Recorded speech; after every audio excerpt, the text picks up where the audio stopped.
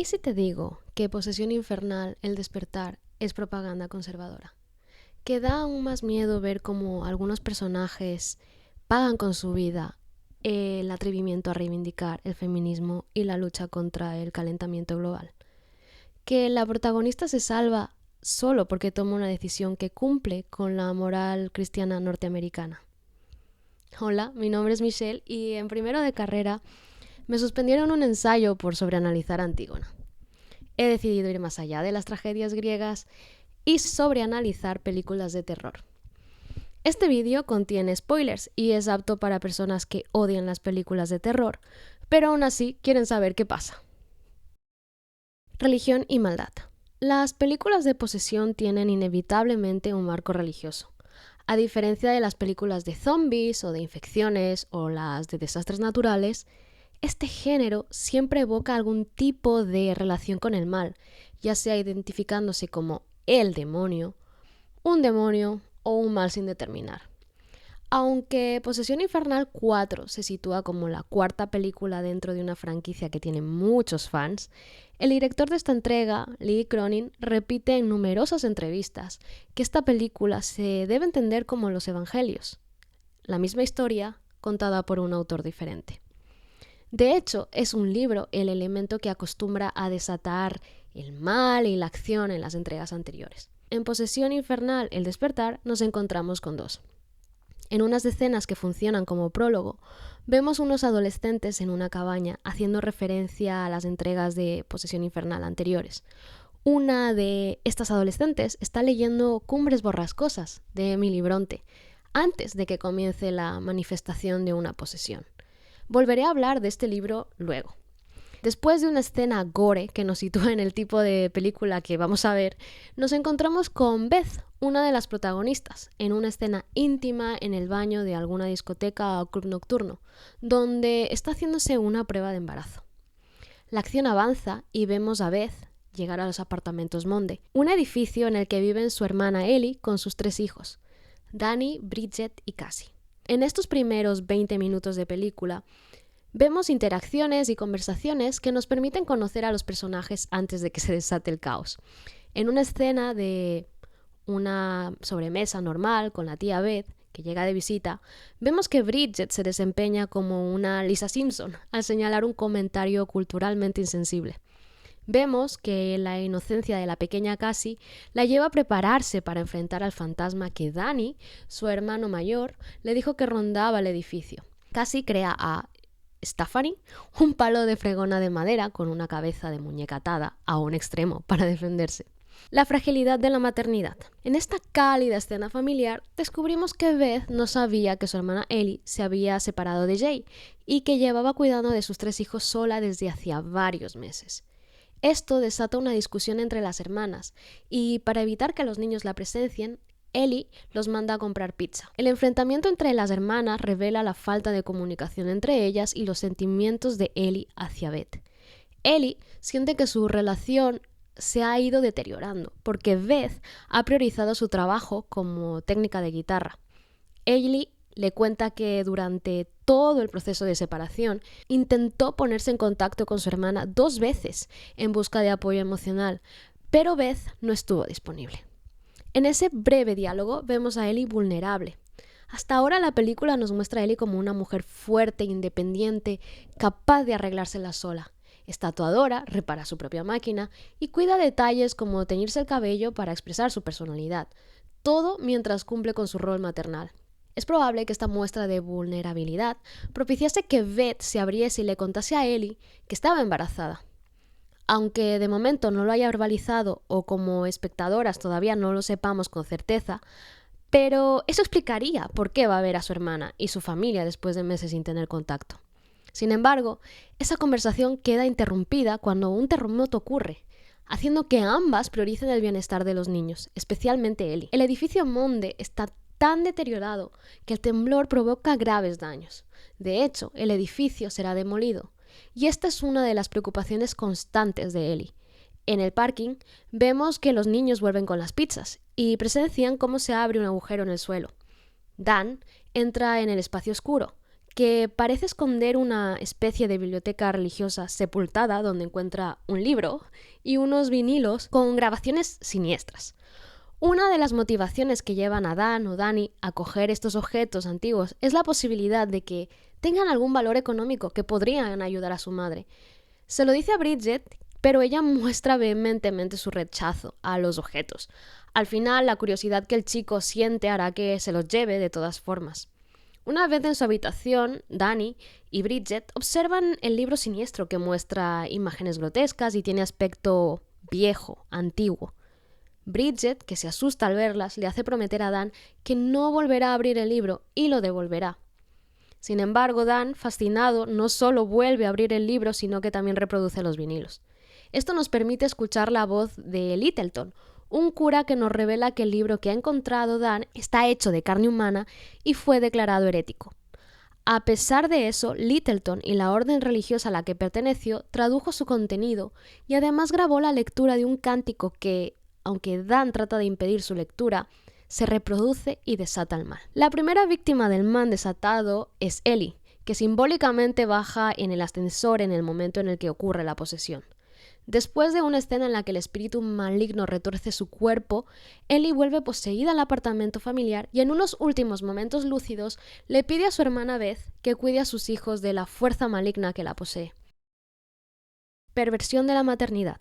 Lee Cronin, el director de la película, declara en varias entrevistas que uno de los elementos centrales de Posesión Infernal, el despertar, es el miedo a la maternidad o a la perversión de esta. Esta visión terrorífica de lo que podría ser la maternidad está retratada en algunos momentos en los que Ellie, Deadite, poseída, usa el hecho de ser una figura materna para aterrorizar o engañar a los niños.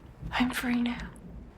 Free from all you parasites. Hasta ahora sabemos que la familia protagonista se acaba de romper y está intentando salir adelante de la mejor manera posible, a pesar de las adversidades como la de tener que abandonar el edificio en el que viven, porque va a ser demolido. Dan y Bridget son conscientes de las dificultades económicas que atraviesa la familia y vemos brevemente que están comenzando a buscar oportunidades de aliviar a su madre. De modo que tenemos un escenario en el que los hijos comienzan a sostener a la madre, y esto es algo que no solo es metafórico, sino que se convertirá en una figura material al final de la película. Por otra parte tenemos a Beth, de la que sabemos implícitamente que está embarazada porque tenemos varias escenas en las que su vientre capta su atención o la de Cassie. Sin embargo, no sabemos qué decisión ha tomado al respecto, y es probable que haya acudido a ver a su hermana para pedirle consejo. De hecho, en un diálogo que tiene con el cadáver de Ellie, revela que se siente desorientada. I don't know what to do, Al. You're the one who always has the answers. Maternidad forzada. Pero no hay tiempo para reflexiones y lamentos. Ellie, reanimada por el espíritu, ataca a su hermana y a sus vecinos, dejando a Beth completamente a cargo de sus sobrinos en una situación extrema. Quizá de manera simbólica, en un escenario diferente, Beth tendría que ejercer un rol previamente ocupado por Ellie, viviendo constantemente bajo la sombra de su recuerdo, idealizado. De hecho, es aún más simbólico que Dan y Beth, los mayores, acaben sucumbiendo también a la posesión y que la única que se libre sea la pequeña Cassie. De nuevo, en un escenario no paranormal, es posible que los mayores tuviesen un recuerdo más fuerte de su madre, y las ideas que Ellie podría haber transmitido a sus hijos sobre su hermana Beth condicionarían su relación con ella. Eso sería algo que podría dificultar y convertir en una pesadilla el rol maternal que Beth se habría visto obligada a asumir. Por ejemplo, en esta escena, el demonio le hace slut shaming a Beth.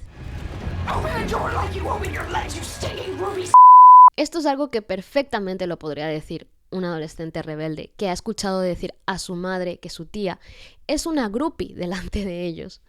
Siguiendo con esa idea de la maternidad forzada en Beth, una vez que Bridget cae, se produce otra escena que inevitablemente me hace pensar que Beth ha considerado la posibilidad del aborto. En esta escena, Bridget, ya poseída, le dice que no le gusta tener cosas en su barriguita y se come una copa de cristal, una alusión indirecta al aborto. La menciona algo en la barriguita, es demasiado explícita, y hay muchos momentos a lo largo de la película en los que la barriga de Beth se presenta de forma deliberada. Hasta ese momento no podemos saber si los espíritus saben que Beth está embarazada. Como espectadoras lo sabemos por el contexto y las imágenes presentadas, pero no se ha dicho explícitamente que así sea, hasta que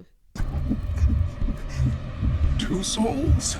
la posesión detecta el embarazo de Beth y dice que le absorberá el alma y la de su bebé. Cassie le tira las tijeras de la madre, que al principio de la peli le dice que no le coja las tijeras. Después de esto, Beth responde afirmativamente a la pregunta que le hace la pequeña Cassie sobre si será madre. You're gonna be a mom. Yes. Sombras de la maternidad. Llegamos a la recta final de la película. Beth ha herido gravemente el cuerpo de Ellie, impidiéndole seguir la persecución. Pero justo ahora se produce una escena de terror corporal o body horror en el que la idea de que los hijos mayores sostienen a la madre en tiempos de dificultad se materializa. Los cuerpos de Bridget y Dan se unen al cuerpo desmembrado de su madre, convirtiéndose así en sus manos y sus piernas. También encontré otra interpretación interesante en los comentarios de un vídeo que os dejaré en la descripción. Ellie perdió un brazo y una pierna, y luego los niños destrozaron su cuerpo para convertirse en uno con ella. Ellie era básicamente un recipiente que se movía y hablaba, mientras que los niños se encargaban de agarrar, encender la trituradora de madera, etc. Ella perdió un brazo y una pierna, y sus hijos ganaron autonomía a través de ella. Ella era su vehículo, muy simbólico del miedo a perder todo lo que eres y tu autonomía personal para luego elevar a tus hijos.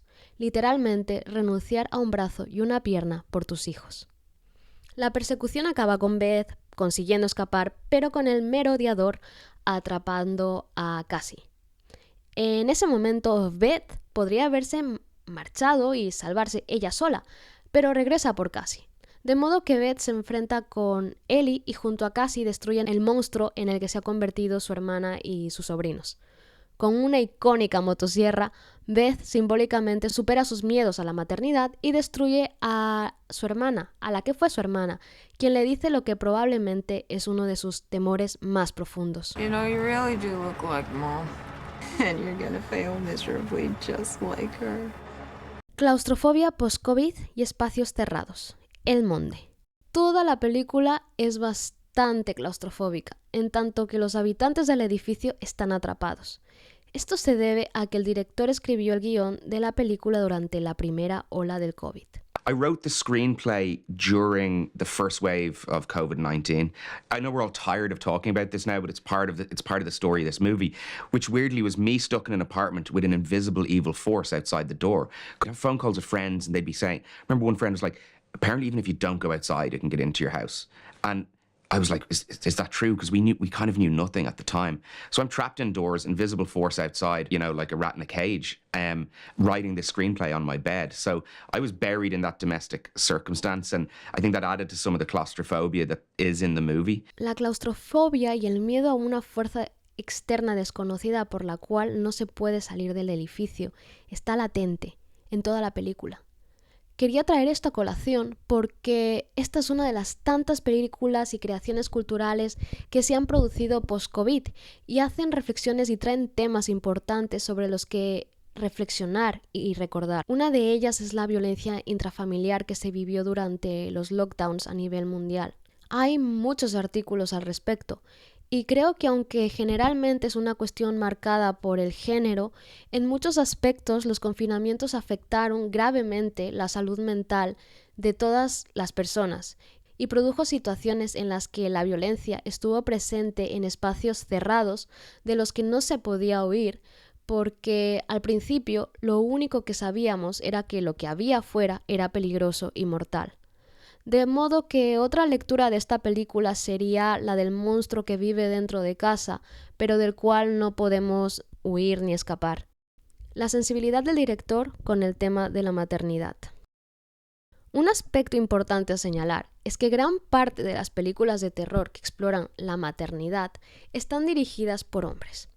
Aunque esta es una tendencia frecuente en el género, hay una interesante lista de películas de terror dirigidas por mujeres que abordan este tema con una sensibilidad y profundidad diferentes, como La primera profecía del 2024 y Tenemos que hablar de Kevin de 2011.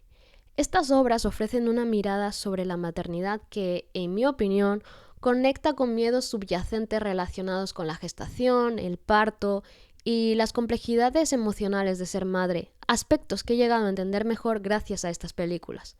En Posesión Infernal, El Despertar, siento que Lee Cronin, su director, logra captar algunos de estos elementos de manera significativa. Cronin abre la película mostrando un fragmento de Cumbres Borrascosas de Emily Bronte y coloca el libro en un primer plano, un detalle que me parece deliberado y que remite a los clásicos de la literatura gótica, donde se exploran relaciones profundas y muchas veces turbias entre padres, madres e hijos. Obras como la de Bronte o Frankenstein de Mary Shelley exploran el miedo y el sacrificio asociados a la creación de vida y a las relaciones parentales desde una perspectiva trágica.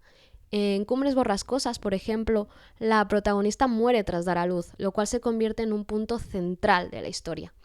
También creo que es importante escuchar lo que tienen que decir las actrices al respecto. Yeah, and also the claustrophobic nature of choice and responsibility and taking responsibility when you maybe don't want it is also an avenue to look at it. I feel like Lee, the way he laced those themes through it and speaks to that and, you know, female-dominated cast, it's all of those elements are there, but like when we were shooting, were left by the wayside in a way that you could just trust that the script and that being in the background had that sort of like psychological aspect to it, and then it was an Evil Dead film that just let itself rip completely. Yeah. Lee might be one of the first male directors I've worked with that I haven't had to explain a female perspective to So about stuff. true. Like I never felt like I had to be like, hey, listen, but just so you know, like this is how I'm coming at this. Yeah. I never felt the need to do that. Conclusiones. ¿Propaganda conservadora? Tras mi primer visionado pensé, ¡wow! Esto es propaganda conservadora. Mueren a manos del demonio todos los personajes que se muestran desafiantes de alguna manera a ideas conservadoras.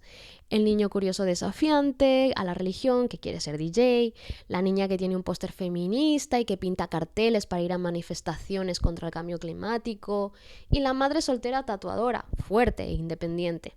Solo se salvan la hermana cuando decide seguir con el embarazo y la niña pequeña inocente que bajo esta perspectiva todavía no se ha corrompido. Pero, después del segundo visionado, me di cuenta de que no. Obviamente hay un elemento religioso inevitable en las películas de este tipo.